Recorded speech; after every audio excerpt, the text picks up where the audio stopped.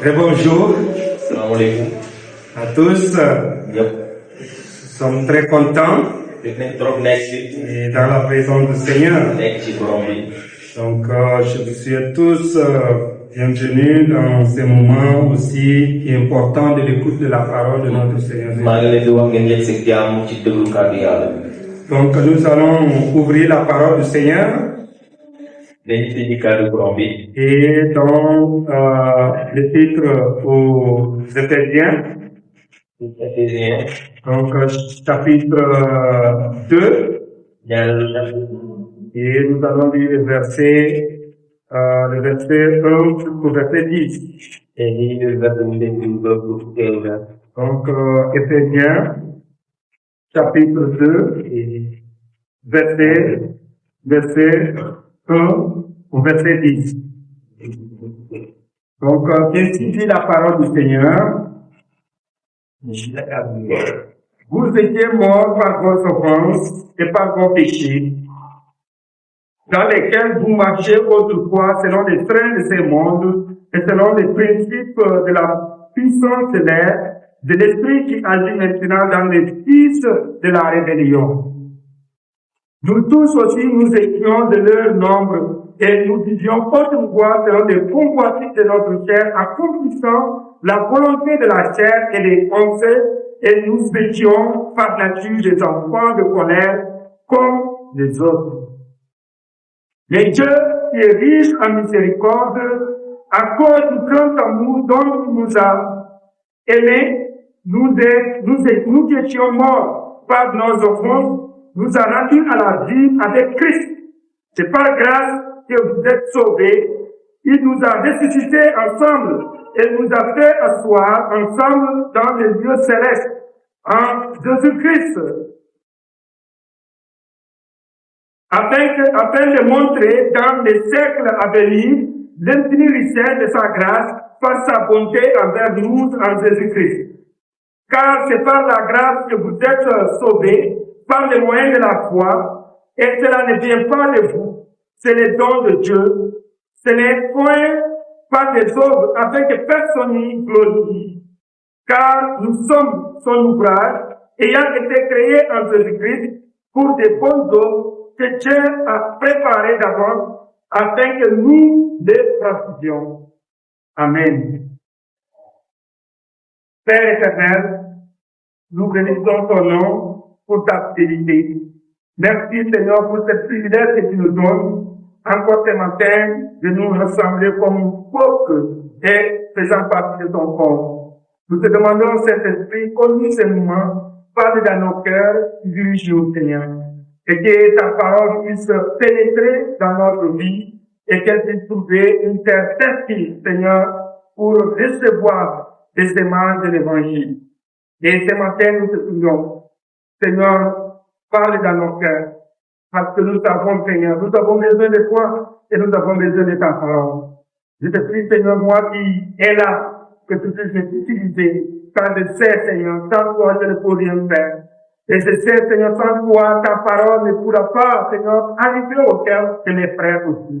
Et c'est pour cela que nous avons besoin, Seigneur, du Saint-Esprit, pour agir et manifester ta gloire au milieu de nous ce matin, au nom de ton Fils Jésus-Christ. Amen. Donc, chers frères, nous poursuivons aujourd'hui notre série de prédications dans des titres aux Éphésiens. Et la semaine passée, nous avons vu avec notre frère Clément comment prier une église qui connaît Dieu. Et il nous avait abordé au moins 3 points. Et le premier point est que une église qui connaît Dieu prie pour connaître l'espérance de ton appel. Donc, il se trouve dans les Éphésiens, chapitre 1, verset 15 à au verset 23. Et le deuxième point que nous avions vu est que était une église qui connaît Dieu, prie pour comprendre la richesse de la richesse, prie pour connaître la richesse de l'héritage qui est en Christ. Et nous avons vu également une église qui prie, qui connaît Dieu, prie pour expérimenter la puissance de Dieu qui est en elle.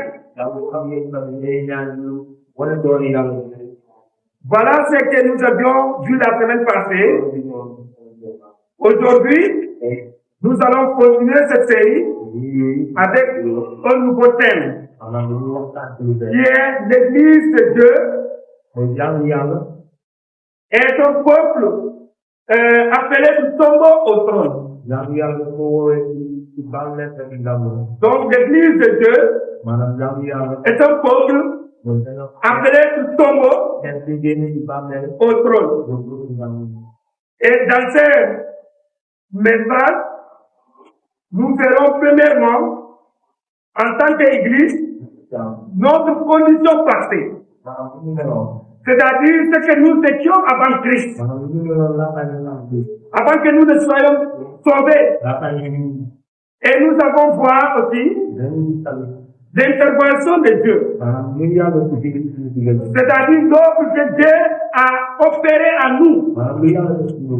Donc voilà ces deux points que nous allons aborder ce matin. Et commençons donc d'abord avec notre condition passée. Donc, selon les textes là, premièrement, on voit que notre condition passée, que nous étions morts. Nous étions spirituellement morts.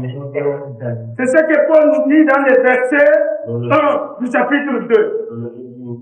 Il dit, vous étiez morts par vos offenses et par vos péchés. Avant de comprendre ce texte, avant de comprendre la grâce que Dieu a offert, l'œuvre de Dieu à nous, tout d'abord, nous avons besoin d'examiner les textes. Donc, l'apôtre Paul commence ce passage en décrivant notre état, en décrivant l'état terrible sous lequel nous trouvions avant. Donc, Paul parle ici, dans ce premier verset, d'une mort spirituelle. Paul nous parle que nous étions spirituellement morts. Donc, mais avant d'expliquer ce qui est la mort spirituelle, il est important de préciser ce qu'elle ne signifie pas. Nous allons d'abord parler de ce qui ne signifie pas la mort spirituelle. La mort spirituelle ne peut pas dire que nous étions incapables de faire certaines bonnes actions ou de vivre d'une manière moralement acceptable devant la société. Et quand on dit les gens sont morts spirituellement, ça ne peut pas dire que ces gens-là ne font rien, ne peuvent pas faire de bonnes choses. Ça ne dit pas que les gens n'agissent pas de façon positive dans la société.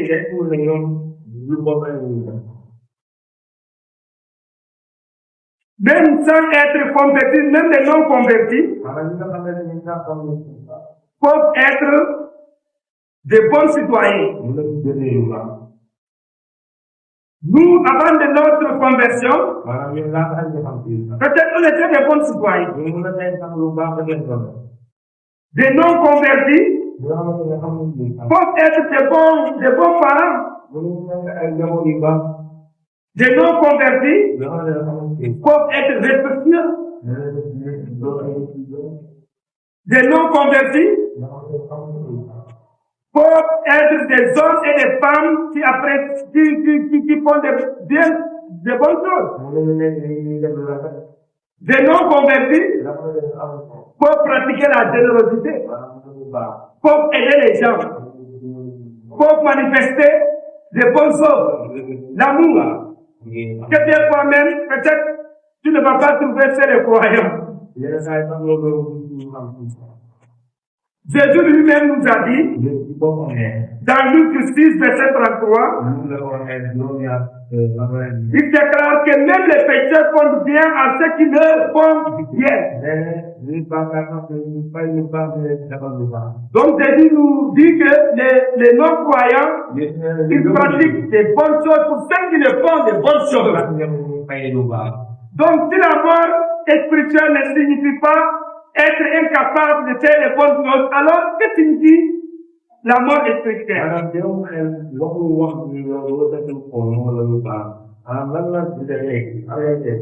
Que signifie donc l'expression nous étions, vous étiez morts dans vos offenses et dans vos péchés? Paul va nous montrer ici que sans Christ, nous étions vivants pour le péché, mais morts pour Dieu. Donc, la mort spirituelle veut dire que quelqu'un qui est mort pour Dieu, mais qui est vivant pour péché. Donc, c'est un mort vivant. Quelqu'un qui vit, mais il n'a pas la vie de Dieu.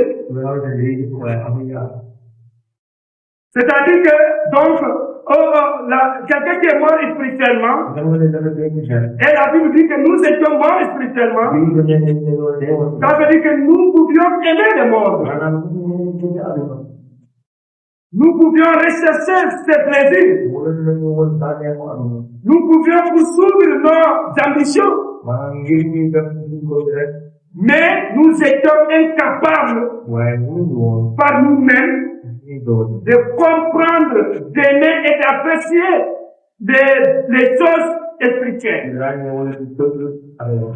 Donc, quelqu'un qui est mort spirituellement, il est incapable d'aimer Dieu. Il est incapable d'apprécier les choses spirituelles.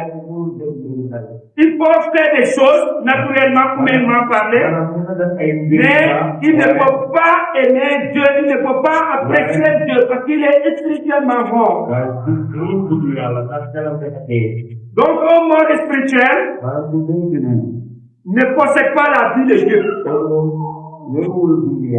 Et c'est ça que la Bible dit. Nous ne possédions pas la vie de Dieu en nous avant notre conversion. Et nous savons que sans cette vie, nous ne pouvions rien faire. Nous ne pouvions pas plaire au Seigneur. Parce que c'est notre état. Nous n'avions pas la vie de Dieu. De la même manière, qu'un corps sans vie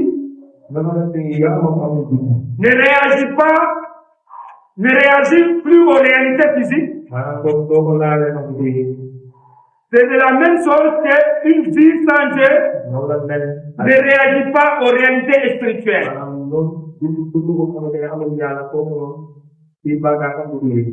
Un cadavre ne voit pas, n'entend pas, ne ressent pas. Il n'a ni faim, il n'a ni soif, il est sans vie. Donc un cadavre, c'est un cadavre. Il n'a pas de sentiments. Il n'a pas la vie en elle. De même, lorsque nous étions spirituellement morts, la présence de Dieu ne faisait pas notre joie. On n'avait pas envie de nous approcher, de vouloir des désirs profonds de Dieu. La parole de Dieu ne touchait pas profondément notre cœur. Parce que nous étions morts spirituellement. Les richesses de la grâce divine ne nous semblaient pas précieuses. On n'avait pas le plaisir pour les choses de Dieu, pour les choses de la vie éternelle. Notre désir, c'était seulement des choses de ce monde. Donc, c'est l'état de l'homme naturel, l'homme qui est mort spirituellement. Donc l'homme, la personne qui est morte spirituellement n'est pas seulement, il n'a pas seulement mort physique, mais il n'a pas cette relation avec Dieu. Le problème de l'homme, de la personne qui est morte spirituellement n'est pas seulement moral, ni psychologique, ou religieux, mais c'est un problème spirituel. Parce qu'il n'a pas la vie de Dieu. Et quelle est la nature de ce problème? Quelle est la racine de cette situation? La Bible nous dit dans ce premier verset, c'est nos offenses et nos péchés. C'est ce qui nous rend morts aux yeux de Dieu. Qu'est-ce que ça veut dire? Qu'est-ce que signifient ces deux mots? Offense et péché. Le mot grec, paratoma, qui est traduit ici dans notre texte comme offense, désigne une chute. Au faux pas, le fait de franchir consciemment les limites établies par Dieu. Donc, offense veut dire chute ou faux pas, c'est-à-dire consciemment franchir les limites que Dieu a établies. Et le deuxième mot, qui est péché, et qui est en grec, c'est amartia. Cette mot-là qui est traduit ici par péché, elle signifie littéralement manquer le but. Donc, péché, c'est manquer les standards parfaits de Dieu. En d'autres termes, donc péché, ce n'est pas être ce que Dieu nous a créé d'être. Dieu nous a créé d'être saints, parfaits et de nous glorifier. Et nous manquons, nous ne sommes pas cela. C'est pour cela, donc, le mot péché, c'est ça qui manque de Dieu. Et la conséquence du péché, la Bible nous dit que c'est la mort. Donc, Paul déclare dans Romains 6, 23, le salaire du péché, c'est la mort. La mort est une séparation. Comme la mort physique sépare l'âme du corps, la mort spirituelle nous sépare de Dieu, qui est la source de la vraie vie. Donc, quelqu'un qui est spirituellement mort, il est séparé de Dieu. Il n'a pas la vie de Dieu en lui-même. Sans Christ, la Bible dit, avant notre conversion, nous étions malades, spirituellement. Nous étions morts, spirituellement. Donc, voilà notre état. Mort spirituellement. Nous n'avions pas seulement besoin d'être améliorés, ou bien d'être guéris, ou bien d'être transformés. Nous avions besoin d'une résurrection. Parce que la Bible nous dit que nous étions morts. Donc, au moins, ce n'est pas quelqu'un qui a besoin d'être guéri simplement. C'est être ressuscité. Parce qu'un malade qui est malade, on peut lui donner un médicament. Mais quelqu'un qui est mort, est-ce qu'un médicament peut le guérir? Il n'a pas la vie. Une seule chose est possible pour faire avec un mort. C'est la résurrection. C'est le ressuscité. Seulement, il pourra encore avoir la vie avec. Sans la résurrection, il n'y a pas la vie en elle. Et c'est pour cela que la Bible nous dit, c'est ça que Dieu a fait à nous. C'est Dieu nous a ressuscités. Et c'est Jésus seul qui peut accomplir la résurrection dans notre vie. Sans Christ, donc on voit le monde est un monde de cimetière. Le monde, c'est un immense cimetière. En regardant les hommes et les femmes qui sont dans les sociétés, qui n'ont pas Jésus-Christ, on voit que des cadavres. Et je dis tantôt, ce n'est pas que ces cadavres-là ne peuvent rien faire moralement dans la société. Ces cadavres peuvent aimer. Ces cadavres peuvent faire de bonnes choses. Ces cadavres peuvent faire des actions. Mais, ils sont cadavres. Parce qu'ils n'ont pas la vie de Dieu. Voilà pourquoi nous avons besoin de la grâce de Dieu. La résurrection, pour que Jésus nous donne la vie. Car seul le Seigneur peut nous donner la vie. Car seul le Seigneur peut nous ressusciter. Lui seul a ses pouvoirs. Lui seul peut nous amener à la vie. Donc, dans notre premier point, nous avons vu, nous étions morts dans nos péchés, dans nos offenses. Nous n'avions pas la vie de Dieu en nous. Deuxièmement, nous étions désobéissants. Donc Paul, quand il parle de notre condition passée, il nous dit que nous étions morts. Mais il va souligner maintenant notre deuxième condition, nous étions désobéissants.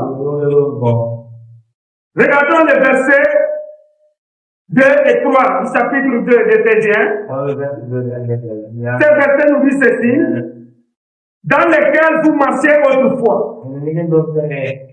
selon les trains de ces mondes, selon les princes de la puissance de l'air, de l'esprit qui agit maintenant dans les fils de la rébellion. Nous tous aussi, nous étions de leur nombre. Donc, après avoir montré que nous étions spirituellement morts, l'apôtre Paul révèle maintenant une autre réalité tragique de notre condition passée, de notre condition sans Christ. Il nous dit, nous étions désobéissants à Dieu. Et cette désobéissance n'était pas seulement occasionnelle ou superficielle, mais elle caractérisait toute notre manière de vivre avant notre conversion. C'est de cette façon que nous vivions avant notre conversion. Des enfants désobéissants. Des enfants qui désobéissaient à Dieu toutes les fois. Pour nous dire, vous marchiez autrefois. Pour marquer cette désobéissance. Autrement dit, nous vivions naturellement dans une semaine opposée à Dieu et à sa volonté. C'est ce que nous faisions. On marchait à l'encontre de la main de Dieu, à l'encontre de la volonté de Dieu. On suivait notre propre désir. Et Paul nous montre que cette désobéissance était alimentée par trois grandes puissances. Cette désobéissance était marquée d'abord par le monde, le diable et la chair. C'est ce que Paul va viser ici dans le texte. Il dit d'abord le monde. Lorsque Paul nous parle du monde ici, il ne parle pas de la création de Dieu. Il ne nous parle pas aussi de la nature que Dieu a créée, qui est bonne. Ce n'est pas de ce type de monde qu'il est question ici. Le monde dans cette verset-là désigne ici le système de pensée, le système de valeurs, et le système de principes qui poussent les hommes à vivre indépendants de Dieu. C'est ce monde qui exerçait une pression constante pour nous conformer à ces valeurs. maanaam mbir yooyu nga xam ne dañu doon wàll C'est pour cela que Paul va dire dans Romains 12, verset 2, il va dire, ne vous conformez pas au siècle présent. Le monde cherche continuellement à s'éloigner de Dieu. Le monde cherche continuellement à nous éloigner de Dieu. En glorifiant le péché, en rejetant la vérité, en encourageant l'orgueil et en nous faisant croire que nous pouvons vivre heureux sans notre Créateur. Voilà le système, voilà ce que le monde fait. Le monde dit aux hommes, tu n'as pas besoin de Dieu, tu n'as pas besoin de Jésus, tu amènes une vie morale, donc si tu peux vivre sur ta propre volonté, tu peux suivre tes propres désirs, tu peux faire ce qui te semble bon, parce que comme ça tu vas être heureux. Tu n'as pas besoin de Dieu pour être heureux. Tu te souviens même. Suis le plaisir du monde. Suis ce que le monde offre, ce système. Tu vas être heureux. Mais tout ça, c'est la folie. Parce que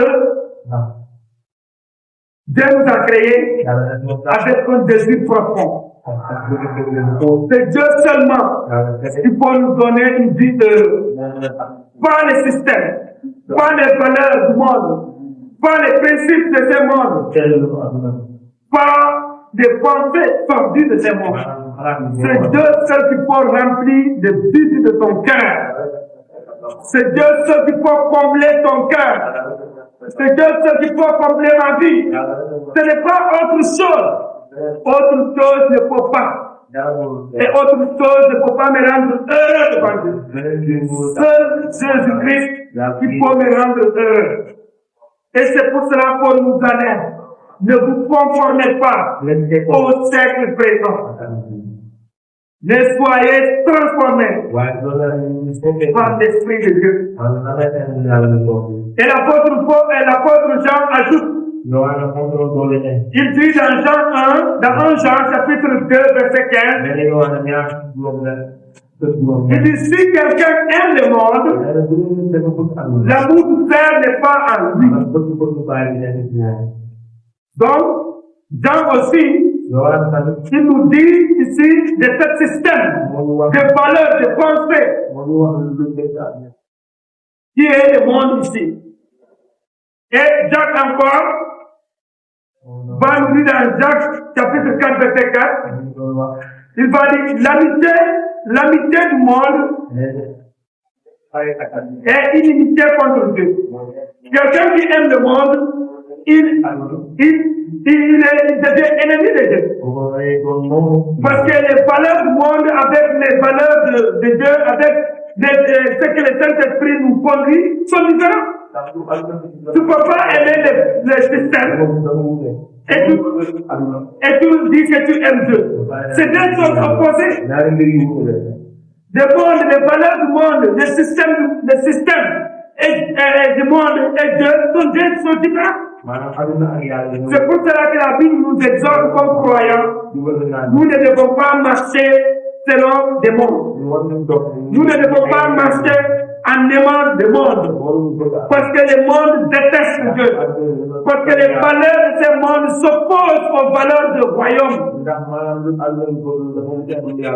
Parce que les choses de ce monde sont différentes de ce que Dieu a pour ses enfants. Et alors nous ne pouvons pas embrasser ces valeurs, ce système qui nous conduit dans la perdition. Donc, avant Christ, nous suivions naturellement ces courants du monde. Avant Jésus, c'est ça, nous devions les choses du monde. Ce système était ancré dans nous. Donc, c'était ça la réalité. Et Paul maintenant va passer pour nous dire l'autre ennemi, D'abord, il a parlé du monde. Maintenant, il va nous parler du diable. On a vu le monde ici. C'est le système, les valeurs, les pensées. Tout ce qui va à l'encontre de Dieu. Maintenant, le diable. Paul parle ensuite, il nous dit dans le verset 2, le prince de la puissance de l'air, c'est l'esprit qui agit maintenant dans le fils de la rébellion. Ici, quand Paul dit du prince de la puissance de l'air, il est en train de dire du diable. Le diable est le chef des rebelles contre Dieu. Parce que lui-même, il s'est révolté contre le Seigneur. Et depuis lors, il cherche à entraîner des hommes et des femmes dans cette même rébellion. Celui qui, dans le jardin d'Éden, a séduit Adam et Ève par les mensonges et a conduit nos premiers parents à la désobéissance contre Dieu. Le diable, il est invisible, mais il est réel. La Bible le décrit de la manière suivante, comme un dragon violent. La Bible le décrit comme un serpent trompeur. Et la Bible le décrit comme un lion rugissant qui cherche à dévorer. Le texte dont on trouve dans son prière, chapitre 5, verset 8.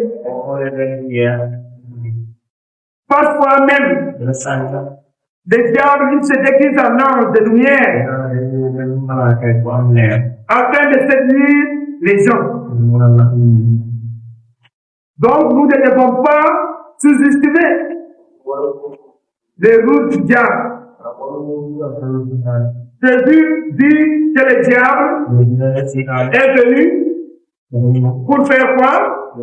Pour voler, pour égorger et pour détruire. Jean 10, verset 10. Voilà la mission du diable. Il est venu pour voler, pour égorger et pour détruire. Donc, avant que la grâce de Dieu nous atteigne, nous étions aussi sous l'influence du diable. Nous étions sous l'influence de cet ennemi spirituel. C'est pour cela que beaucoup de fois, on vivait de la sorte qui ne glorifiait pas Dieu.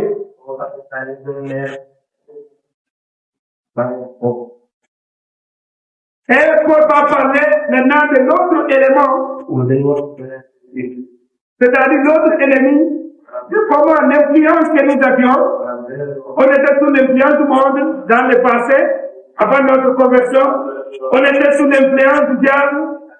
Paul nous parle maintenant de trois influences que nous étions avant que la grâce ne nous atteigne. Nous étions sous l'influence de la chair.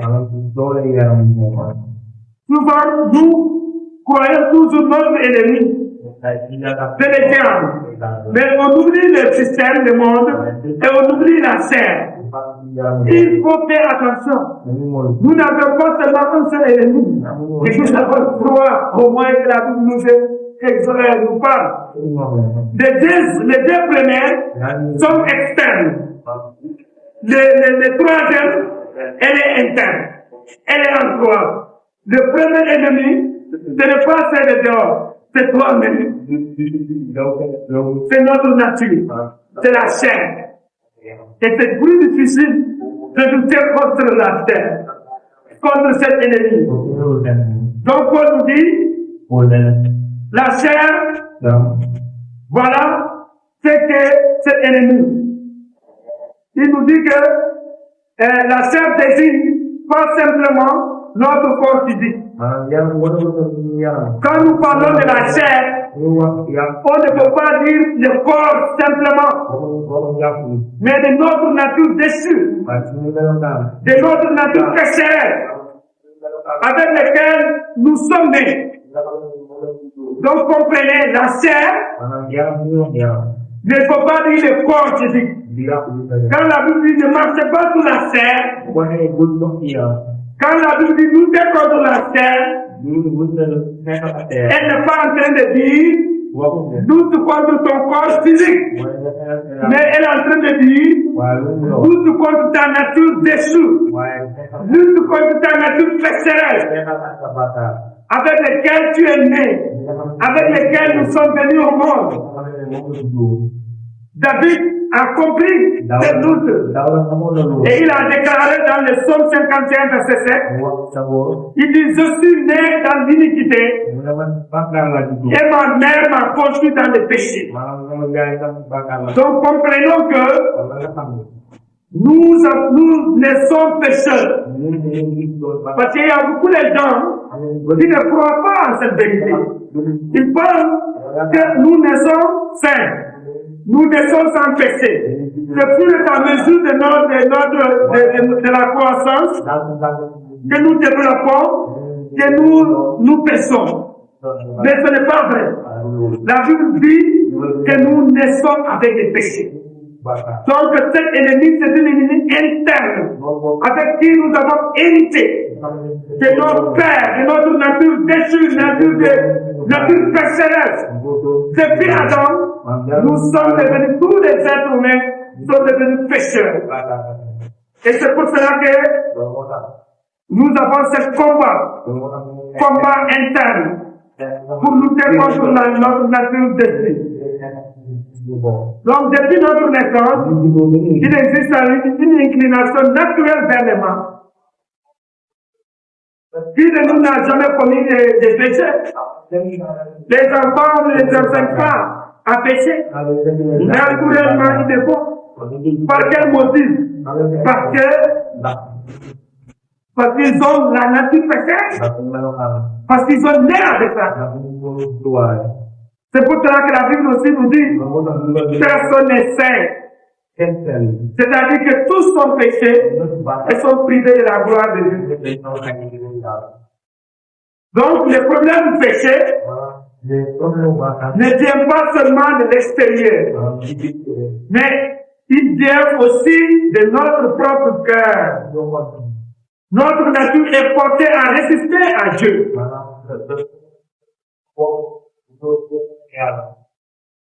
Notre nature est portée à aimer le péché.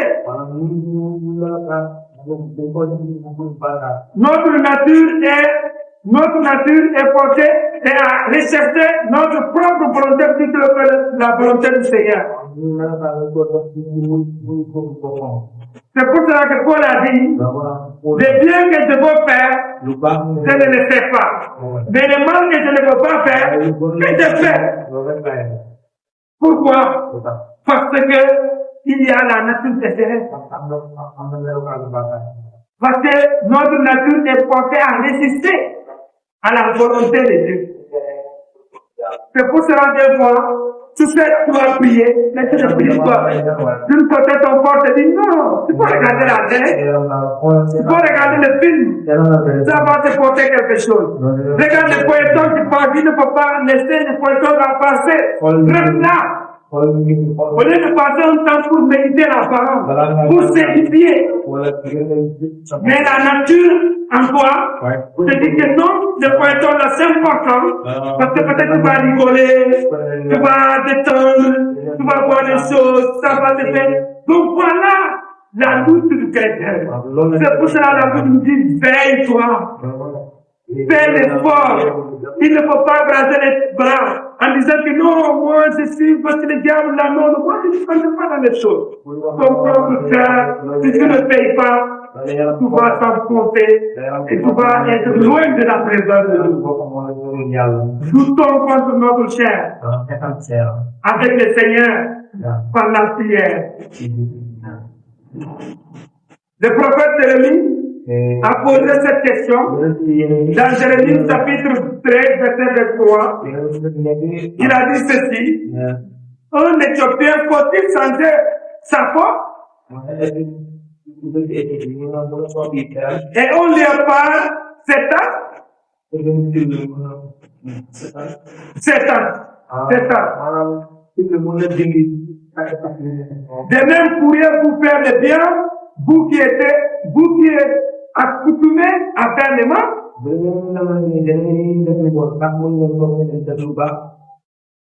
Donc, par nous-mêmes, nous sommes incapables de changer notre nature. Toi, moi, nous ne pouvons pas par notre propre volonté de désirer de changer notre nature. Un mort ne peut pas amener sa propre personne à la vie. Donc, nous avons besoin de Dieu seul qui peut nous amener, qui peut nous changer.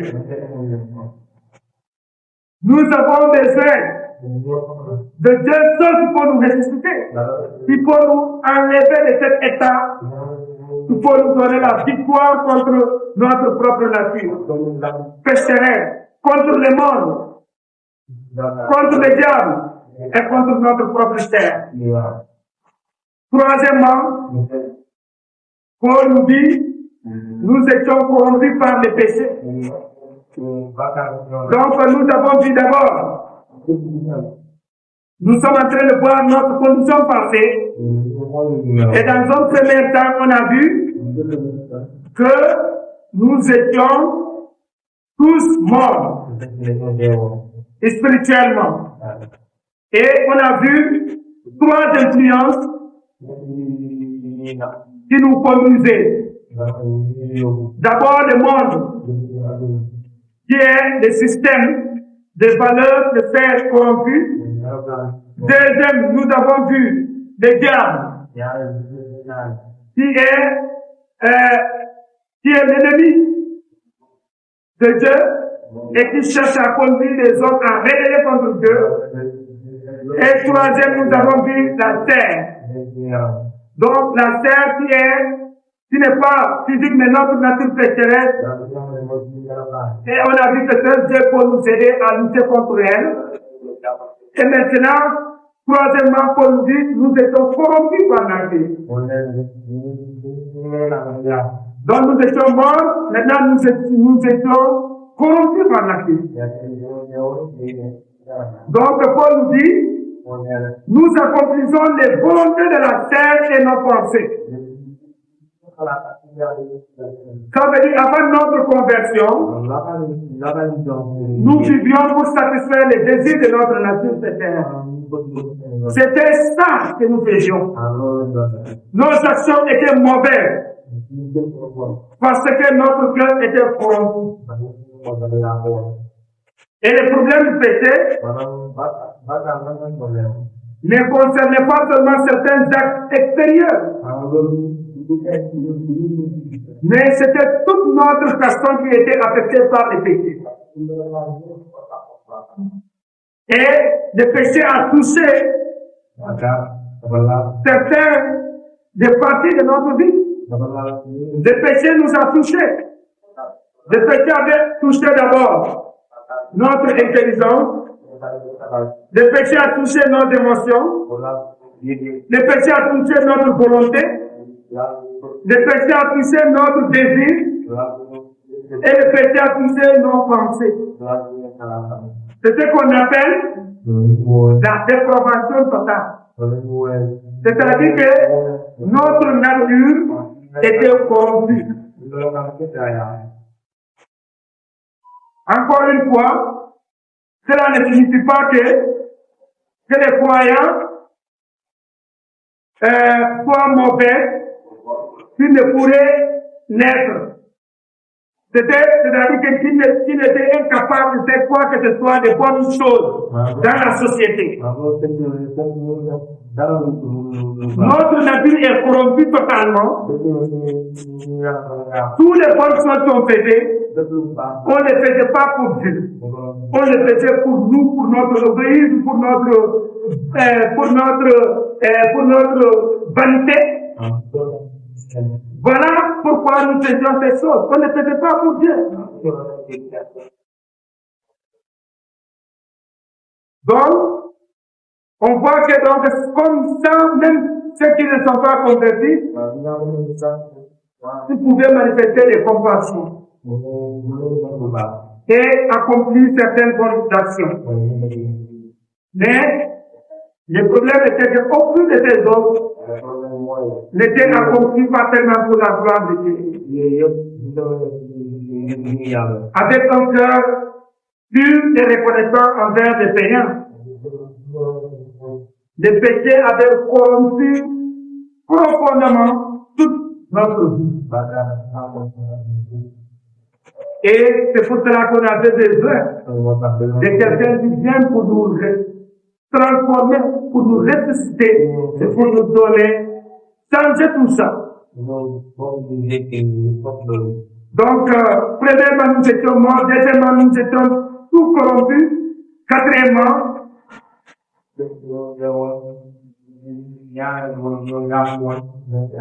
donc, quatrièmement, nous étions sous la condamnation de Dieu. Nous étions sous la condamnation de Dieu, c'est ça que la Bible nous dit.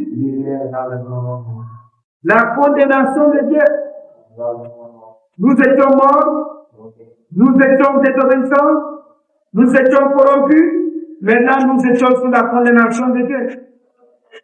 Et c'est ce que nous allons voir ici maintenant. Pour conclure en disant cette description, il nous dit dans le verset 3 en toujours, il nous dit que nous étions par nature des enfants de colère, comme les autres. C'est-à-dire sans Christ, nous étions non seulement spirituellement morts, désobéissants ou corrompus, mais nous étions sous la condamnation de Dieu. Par nature, nous étions des enfants de colère. Par nos œuvres, nous manifestions la rébellion contre Dieu. Toutes les fois, c'était comme ça qu'on se comportait avant que Christ ne vienne dans nos vies. C'est pour cela que Jésus lui-même l'a déclaré. Celui qui ne croit pas est déjà condamné. Celui qui ne croit pas est déjà condamné. Voilà donc notre condition passée. Donc nous étions morts dans les péchés, nous étions esclaves du monde, dominés par la chair, sous l'influence du diable et exposés à la colère de Dieu. Voilà ce qui était sous notre dos. Voilà ce qui était sous notre tête.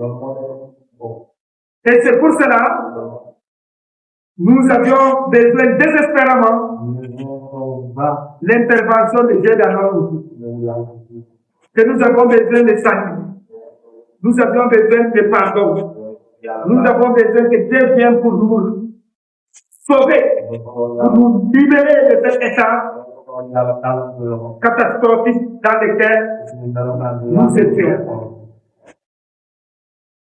Et le verset 4, lisez le verset 4 avec moi, va nous dire quelque chose va se produire dans notre vie.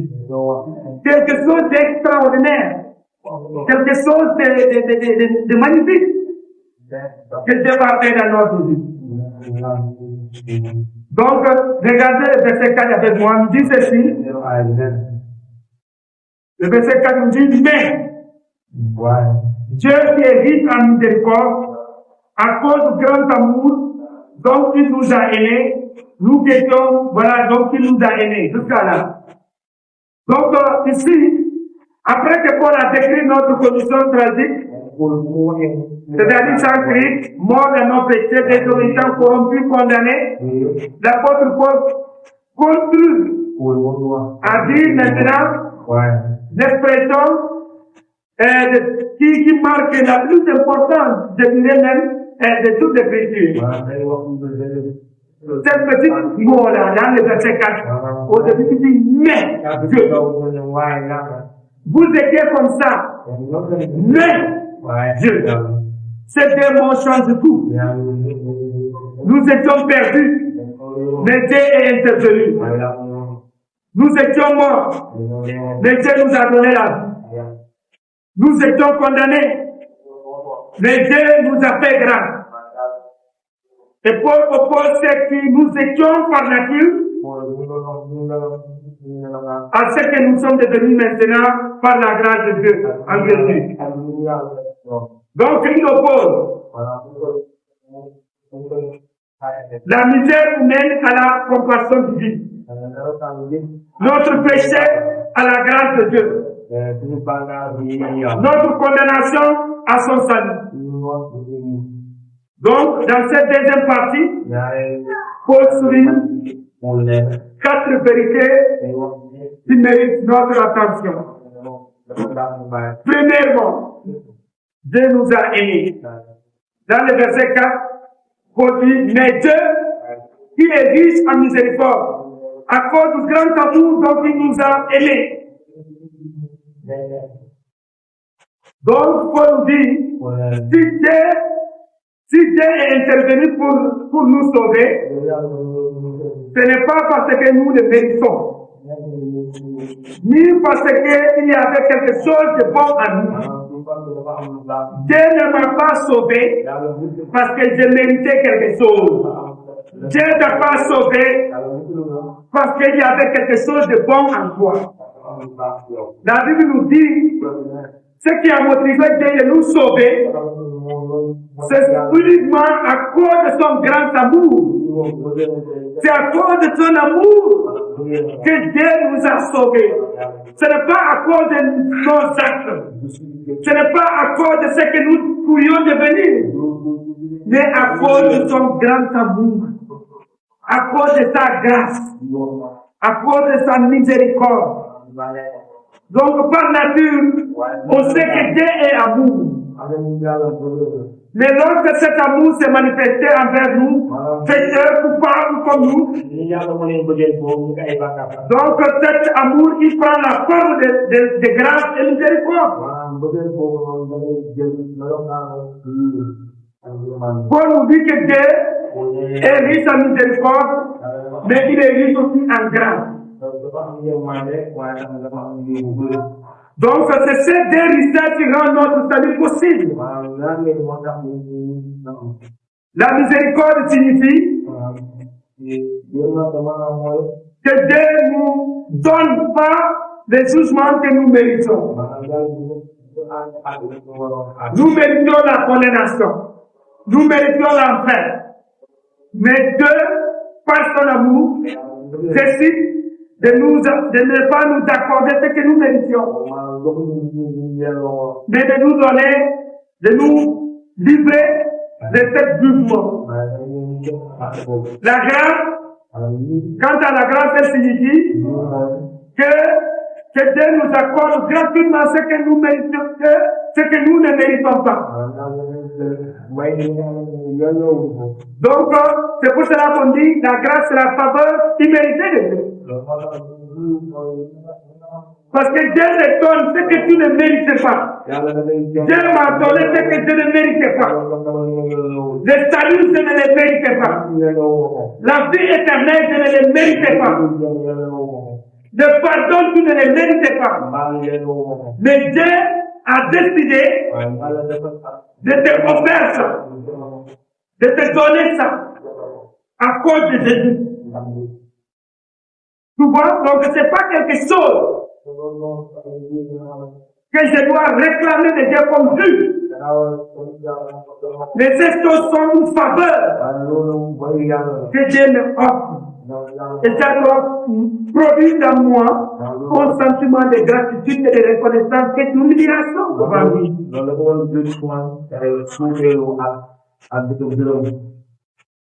La grâce nous est venue par les sacrifices de Jésus sur la croix. C'est par les sacrifices de Jésus par la croix que nous avons obtenu la grâce. C'est au calvaire que Dieu nous a démontré à la fois sa haine du péché et son amour pour les pécheurs. Pour les pécheurs. Donc à la croix, on a vu des choses. Quand Jésus était pendu à la croix, il y avait deux choses là. La première chose, c'était la haine de Dieu contre le péché.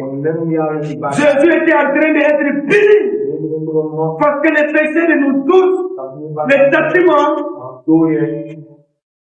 notre châtiment est tombé sur nous. Dieu était en train de punir le péché. À la croix, quand la colère de Dieu était sur Christ, et cette colère de Dieu était sur toi et sur moi. Et en même temps, sous la croix, on voit le grand amour de Dieu. Pourquoi Dieu fait cela toute sa vie? Parce qu'il nous aime, nous pécheurs. Il ne veut pas que nous soyons condamnés. Il a décidé volontairement de punir son fils en notre temps, pour que nous puissions avoir la vie éternelle. Donc, c'est merveilleux cet enseignement. Et on voit, Dieu a ressuscité dans les morts Jésus. Dieu a manifesté sa puissance. Une fois qu'il a manifesté sa colère et son amour, Jésus est mort, mais il est ressuscité aussi. Pour que maintenant, que tout soit accompli. En nous sauvant, maintenant Dieu a manifesté son infinie grâce. Et deuxièmement, Dieu nous a ressuscités. C'est ce que le verset 5 dit. Nous qui étions morts par nos offenses, il nous a rendus à la vie avec Christ. C'est par grâce que vous êtes sauvés. Nous avons vu précédemment que nous étions spirituellement morts. Mais Dieu nous a pas laissés dans cette tombeau spirituel. Dieu nous a pas laissés dans le tombeau spirituel, dans cette mort spirituelle. Par la puissance de cet esprit, il a accompli une véritable résurrection spirituelle à nous.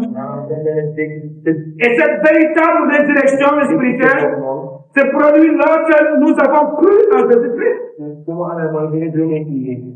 Nous sommes passés de la mort à la vie. C'est ce que nous avons chanté tout à l'heure. Dieu nous a fait passer de la mort à la vie. Et Jésus lui-même, il a déclaré dans Jean, chapitre 5, verset 24, il dit, celui qui écoute ma parole et qui croit à celui qui m'a envoyé à la vie éternelle. Il est passé de la mort à la vie. D'abord, parce que l'œuvre du salut a déjà été parfaitement accompli par Jésus-Christ à la croix. Lorsque Jésus a déclaré à la croix, tout est accompli. Ça veut dire tout. Il n'y a rien. Est-ce que ta conversion c'était quand Jésus était, avant que Jésus ne mort à la croix? Nous sommes devenus croyants après des milliers d'années que Jésus était déjà fait le sacrifice. Il avait déjà tout accompli. Donc pourquoi croire que nos œuvres ont quelque chose pour nous permettre d'avoir des saluts? Jésus avait déjà tout accompli. Tout était accompli. Le salut était déjà fait.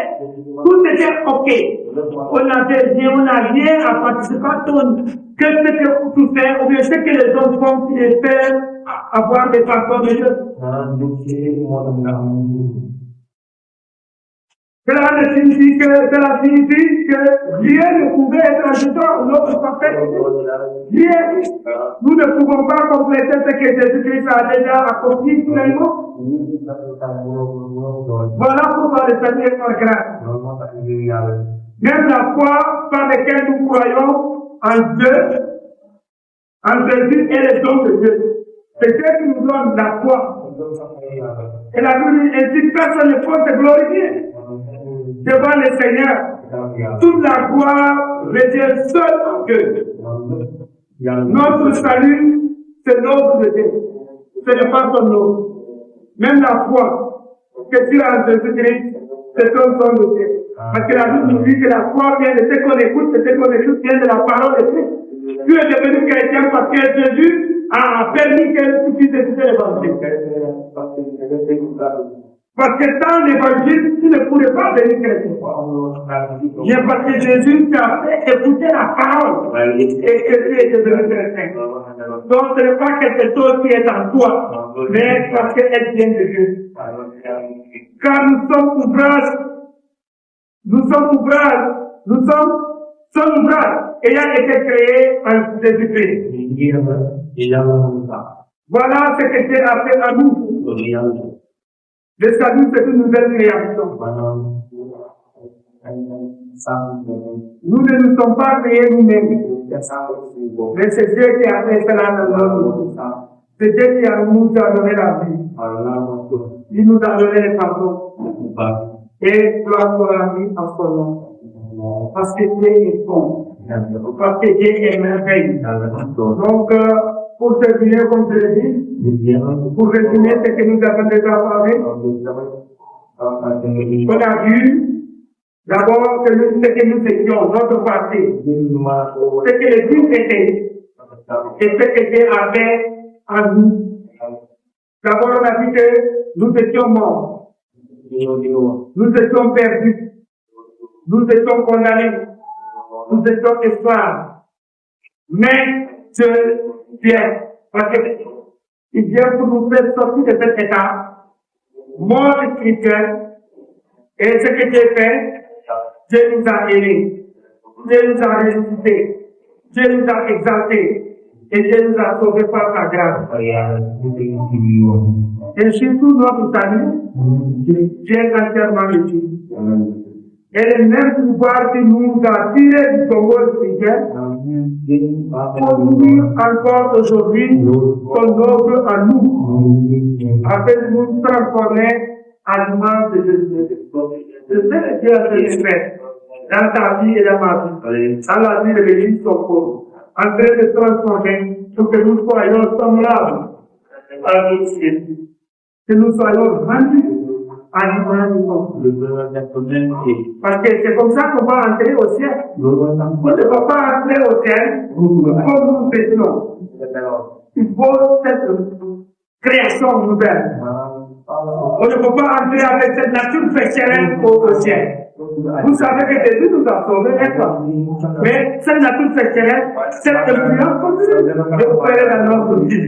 Je dois nous dire. Mais bonjour. Nous va terminer. Cette influence ne pose plus. Parce qu'au ciel, on va entrer là-bas à fond de Jésus. Avec un corps glorifié. Un corps qui n'est plus limité à rien du tout. Pour vivre éternellement avec Dieu. Voilà ce qui nous attend. Et voilà pourquoi nous devons persévérer. Voilà pourquoi nous devons connaître ce qui nous faut. Voilà qu'il ne doit pas avoir aucune œuvre à nous. Parce que tout ce que nous avons, c'est le fruit de la grâce de Dieu. C'est Dieu qui a fait cela dans ma vie. Alors, une chose qu'on a, c'est rendre grâce à Dieu. C'est louer le Seigneur. C'est remercier le Seigneur. C'est l'adorer. C'est le servir. C'est l'obéir. C'est ça seulement que notre Jésus et c'est ce que nous devons faire. Ne pas penser que je suis bon. Pas penser que je suis un bon ouvrier. Pas penser que c'est quelque chose à moi. Tout ce que tu as, c'est ce qui nous fait en nous glorifions le nom du Seigneur. Parce que Dieu ne partage pas sa gloire. Il est rendu les amis. La gloire n'a pas de seul. Et donnons la gloire à Christ. Qui nous a fait sortir. Son corps spirituel pour nous faire s'asseoir dans son trône. Pour que nous soyons aujourd'hui des bons citoyens de son royaume. C'est le royaume. Amen. Amen.